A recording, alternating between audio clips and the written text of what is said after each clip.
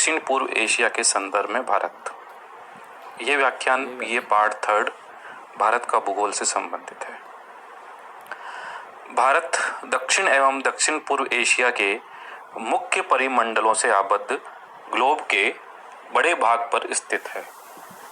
आकार की दृष्टि से देखा जाए तो विश्व में 7वें स्थान पर है, जिसका क्षेत्रफल 32,87,263 वर्ग किलोमीटर है।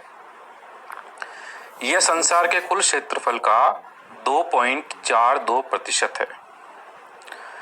जो देश भारत से बड़े देश हैं वो हैं रूस, कनाडा, चीन, संयुक्त राज्य अमेरिका, ब्राजील व ऑस्ट्रेलिया।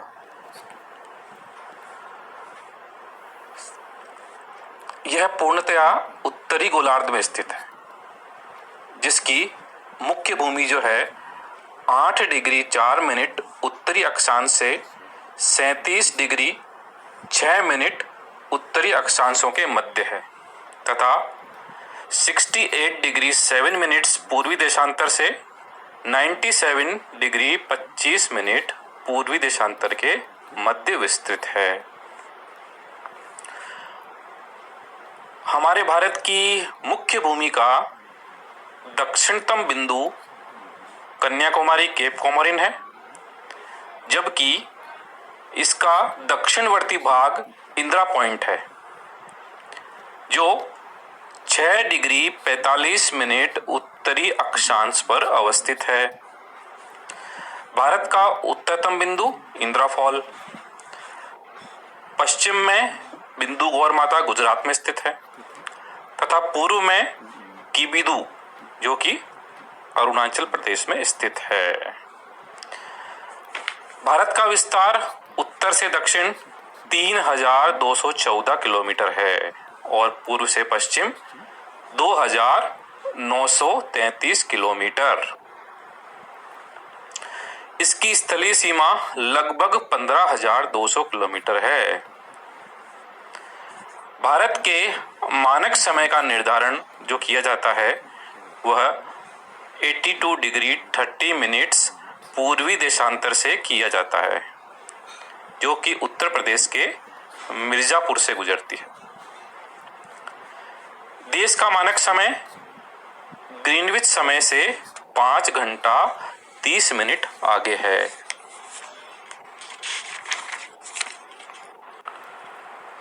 भारत प्राचीन काल से ही एक सुस्पष्ट भौगोलिक इकाई के रूप में रहा है तथा दक्षिणी एवं दक्षिणी पूर्वी एशियाई देशों से भौगोलिक, सामाजिक, आर्थिक दृष्टि से संबंध रहते हुए आकार की विशालता एवं विविधता के कारण एक उपमहाद्वीप के रूप में पहचान बनाई है। भारत दक्षिण एवं दक्षिण पूर्व एशिया से हिंद महासागर से जुड़ा हुआ है। इसी प्रकार देखा जाए उत्तर एवं उत्तर पूर्व में एक मजबूत प्राकृतिक दीवार के रूप में हिमालय अवस्थित है, लेकिन इसके मध्य स्थित दर्रों से मंगोल भारत आए तथा बौद्ध धर्म चीन, कोरिया, जापान, मध्य एशिया तक फैला। दक्षिण पूर्व एशिया में Myanmar, Laos, Vietnam, Thailand, Cambodia, Philippines, Malaysia, Indonesia के साथ पूर्वी भारत एवं दक्षिणी चीन सहित 11 देश सम्मिलित हैं। इस क्षेत्र के दक्षिण में विषुवत रेखीय जलवायु तथा उत्तर में मानसूनी जलवायु पाई जाती है। दक्षिण एशिया में देखा जाए कौन कौन से देश हैं? बांग्लादेश, भूटान, भारत, नेपाल, मालदीव, पाकिस्तान, श्रीलंका सम्मिलित हैं। ये देश भौगोलिक एवं सांस्कृतिक दृष्टि से भारतीय उपमहाद्वीप के ही भाग हैं। भारत अपनी विशिष्ट भौगोलिक स्थिति एवं विस्तार के कारण दक्षिण एवं दक्षिण पूर्व देशों के संदर्भ में महत्वपूर्ण स्थिति रखता है। हिंद महासागर के शीर्ष पर स्थित होने के कारण व्यापारिक मार्गों का प्रमुख संगम बन गया है।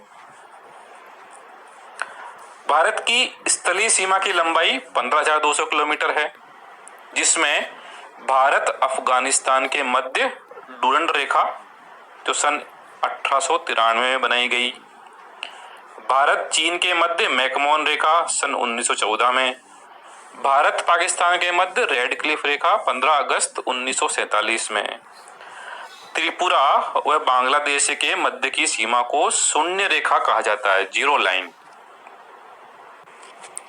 विविधता में एकता, यूनिटी इन डाइवर्सिटी। मानव सभ्यता एवं संस्कृति का विकास स्थल भारत शुरू से रहा है। यहाँ भौगोलिक स्वरूप के विकास के साथ ही अनेक विविधताओं का उद्भव हुआ। ये विविधताएं कौन कौन सी हैं? पहली, भूगर्भिक संरचना संबंधी विविधता।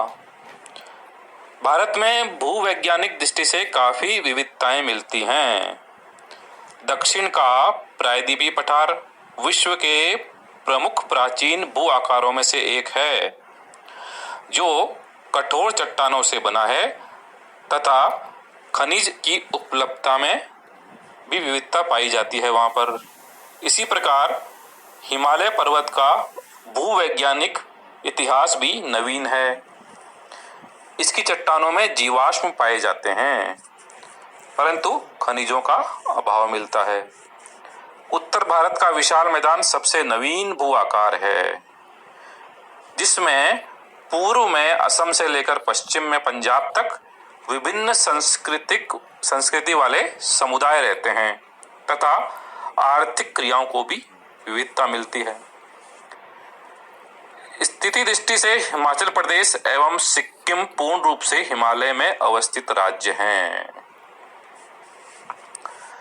जलवायु संबंधी विविधता।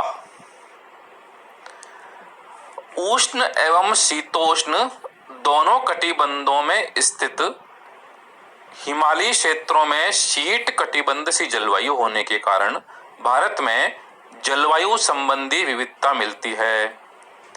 इसलिए देश की जलवायु को उपोष्ण कटिबंधीय जलवायु भी कहते हैं। भारत में एक और मेघालय के मौसिनराम एवं चेरापूंजी में क्रमशः 1187 एवं 1142 सेंटीमीटर वर्षा होती है। वहीं पश्चिमी राजस्थान में 20 सेंटीमीटर से भी कम। इसी तरह पश्चिमी घाट में 250 सेंटीमीटर से अधिक वर्षा होती है, जबकि इसके पूर्व में वृष्टि छाया प्रदेश है, जहां 50 सेंटीमीटर से भी कम वर्षा होती है। ग्रीष्म काल में बीकानेर में अधिकतम तापमान 56 डिग्री सेल्सियस तक अंकित किया गया है, जबकि इसी समय शिमला एवं मसूरी में तापमान सामान्य रहता है। भारत का सबसे ठंडा स्थान जम्मू कश्मीर में द्रास लद्दाख में है, जहां का तापमान -45 डिग्री सेल्सियस अंकित किया गया है। इस प्रकार अनेक विविधताओं वाली जलवायु को एक रूप में मानसूनी जलवायु एक सूत्र में बांधे रखती है। तो विविधता में एकता का प्रमाण है। जैविक संपदा संबंधी विविधता। भारत प्राच्य जैव भौगोलिक प्रदेश में आता है, लेकिन यहाँ तिब्बत एवं हिमालय एक संक्रमण क्षेत्र का कार्य करते हैं, जहाँ जैव विविधता मिलती है। भारत में विश्व के 35 जैव विविधता संपन्न क्षेत्रों में से 4 स्थित हैं, जिन्हें हॉट स्पॉट्स कहा जाता है। प्रथम पूर्वी हिमालय, दूसरा पश्चिमी घाट, तीसरा इंडो बर्मा तथा चौथा सुंडलैंड, जो कि निकोबार द्वीप समूह में स्थित है। इसके अतिरिक्त नैनीताल की फूलों की घाटी व केरल की घाटी अपनी विशिष्ट पहचान रखती है। केरल की घाटी को शांत घाटी भी कहा जाता है, साइलेंट वैली। वनस्पति की दृष्टि से एक और असम मेघालय एवं पश्चिमी घाट में सदाबहार वनस्पति मिलती है, तो दूसरी ओर अरावली के समानांतर एवं मध्यवर्ती दक्कन पठार में स्टेपी तथा पश्चिमी राजस्थान में शुष्क कांटेदार वनस्पति पाई जाती है। अगला है हमारा सांस्कृतिक विविधता। भारत लंबे समय से संस्कृति की विश्व धरोहर रहा है। यहाँ विभिन्न धर्मों के लोग रहते हैं, जो भिन्न भिन्न भाषाएं बोलते हैं। भारत में भाषाओं संबंधी विविधता तो है, लेकिन इसने देश के प्राकृतिक भूभागों में अनेक विभाजन रेखाएं खींची हैं। देश में विभिन्न समूहों में भारत में आने के कारण एक ही भाषाभाषी समुदाय में व्यापक सामाजिक एकता तथा बोली से प्रादेशिक पहचान होने के कारण भाषाओं में विविधता पाई जाती है। वर्तमान में भारत में 22 भाषाओं को संविधान की 8वीं अनुसूची में रखा गया है। अगला है हमारा आर्थिक क्रियाओं में विविधता। देश में आर्थिक विकास के क्षेत्रों में विविधता मिलती है। इनमें कृषि, खनन, उद्योग और परिवहन प्रमुख है। भूविज्ञान, जलवायु, मृदा में भिन्नता एवं सिंचाई के साधनों की उपलब्धता से प्रभावित हैं, जिसके फलस्वरूप पूर्वोत्तर में अनेक पहाड़ी भागों में स्थानांतरण कृषि मिलती है। पश्चिमी राजस्थान में शुष्क व सतलज गंगा ब्रह्मपुत्र के मैदान में गहन निर्वाह कृषि की जाती है। इसी प्रकार असम, दार्जिलिंग, नीलगिरी, कर्नाटक एवं पश्चिम तटीय क्षेत्र में बागानी कृषि मिलती है।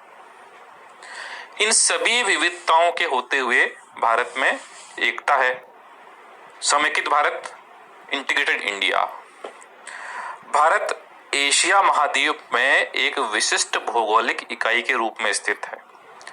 उत्तर व उत्तर पूर्व में दुनिया का सबसे ऊंचा पर्वत हिमालय है। पश्चिम में थार का मरुस्थल तथा दक्षिण में हिंद महासागर भारत देश को भौगोलिक रूप से अलग प्रदेश बनाता है।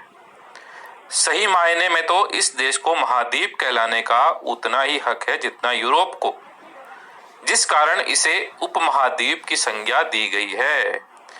देश के विभिन्न भागों से निकलने वाली नदियां विधि संस्कृति वाले प्रदेशों को एकता के सूत्र में बांधती है। इसी प्रकार दक्षिण में गोदावरी भूमिका अपना स्थान रखती है। मानसूनी जलवायु में भी एकता स्वरूप प्रदान किया है, जबकि कर्क रेखा इसे 2 कटिबंधों में बांटती है। यहाँ विभिन्न ऋतुएं हैं। विभिन्न क्षेत्रों में वर्षा में भी अंतर मिलता है, लेकिन एक रूप में भारत मानसूनी जलवायु प्रदेश में स्थित है। भारत में विभिन्न संस्कृतियों का मिश्रित स्वरूप भारतीयता के रूप में मिलता है। यहाँ लंबे समय तक बाहरी लोग आते जाते रहे हैं तथा उससे सांस्कृतिक लक्षणों को आत्मसात करके भारतीय संस्कृति विशिष्ट स्वरूप में उभरी है, जो सत्य, अहिंसा, प्रेम, सदाचार, समानता, सत्कार, सह अस्तित्व आदि मूल्यों से समृद्ध है।